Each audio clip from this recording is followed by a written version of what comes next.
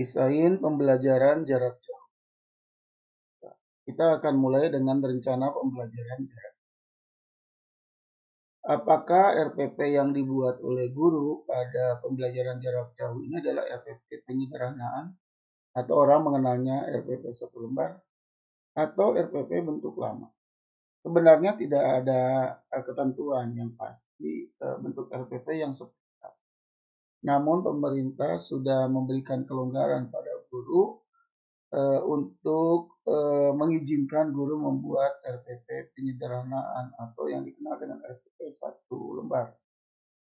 Mengapa demikian? Agar guru lebih banyak atau berfokus pada mempersiapkan materi ajar ataupun sarana yang dibutuhkan seperti media pembelajaran dan sejenisnya untuk membantu siswa mencapai kompetensi.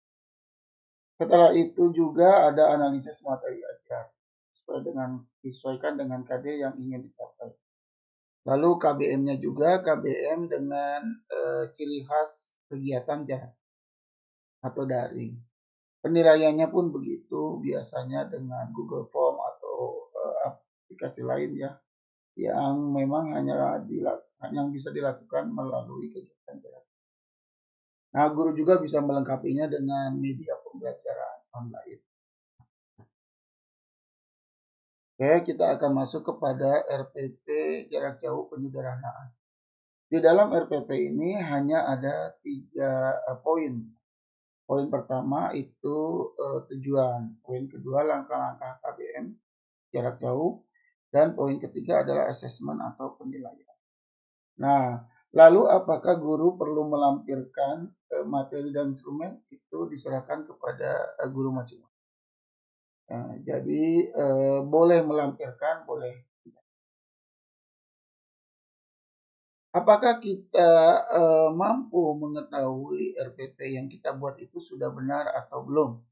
Nah, untuk menganalisisnya kita bisa menggunakan cara-cara ini.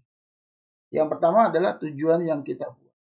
Apakah tujuan yang kita buat itu sudah benar? Artinya, apakah tujuan itu bisa mencapai kompetensi yang diharapkan pemerintah? Jika tidak mencapai, maka tujuannya perlu direvisi. Yang kedua, apakah langkah-langkah kegiatan belajarnya itu dalam rangka atau membantu siswa untuk mencapai tujuan? Jika tidak, maka perlu ada revisi langkah-langkah. Kemudian materi ajar. Apakah materi ajarnya itu dalam rangka mencapai tujuan pembelajaran dan kompetensi? Jika belum, maka perlu dilengkapi atau disesuaikan materi. Nah, lalu ada pembuatan media. Apakah medianya itu untuk mempermudah siswa memahami materi ajar? Jika iya, maka sudah benar. Kemudian penilaian atau asesmen. Apakah penilaian atau asesmen itu dapat mengukur pencapaian tujuan? Jika tidak, maka asesmen penilaiannya masih perlu revisi. Nah, sekarang kita masuk kepada tujuan pembelajaran. Nah, tujuan pembelajaran yang diharapkan adalah tujuan pembelajaran yang berbasis AKM. Nah, yang seperti apa? Yaitu yang memunculkan stimulus. Biasanya berbunyi seperti ini misalnya. Diberikan teks naratif, siswa dapat menentukan bagian orientasi dari struktur. Misalnya seperti itu. Kalau tujuan yang sebelumnya kan langsung misalnya siswa dapat menentukan orientasi dalam teks naratif. Atau siswa dapat menentukan orientasi pada struktur teks naratif. Nah, misalnya seperti itu. Jadi tidak dimunculkan sebuah stimulus dulu, ya. Oke. Kemudian ada perubahan tingkah laku tentunya ya, behavior. Ada penguasaan materi yang diharapkan dan dapat diukur ya tujuannya.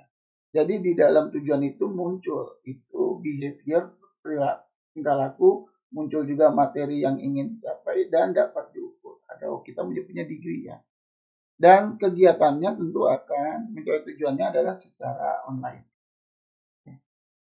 Lalu bagaimana penilaiannya? Penilaiannya secara online. Ya, bisa berbagai macam cara seperti penugasan, tes, mungkin pakai Google Form, bisa unjuk kerja mungkin dengan video, bisa portofolio dengan bukti-bukti yang perlu diunggah, ya.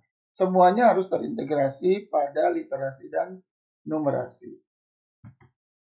Ragam soalnya seperti apa? Ada pilihan ganda, ada pilihan ganda kompleks. Pilihan ganda kompleks ini biasanya diawali dengan beberapa option di atasnya, beberapa pernyataan di atasnya, lalu di setiap option itu ada pilihannya lebih dari satu pernyataan. Misalnya katakan A, pernyataan 1 dan 3 misalnya. B, pernyataan 2 dan 4 misalnya.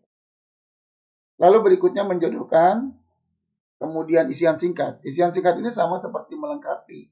Bisa juga bukan, ya. Tapi biasanya isiannya hanya satu kata atau satu frasa. Dan terakhir uraiannya. Nah, setiap soal diawali dengan stimulus. Lalu soalnya terintegrasi dengan literasi dan numerasi. Demikian yang bisa saya sampaikan.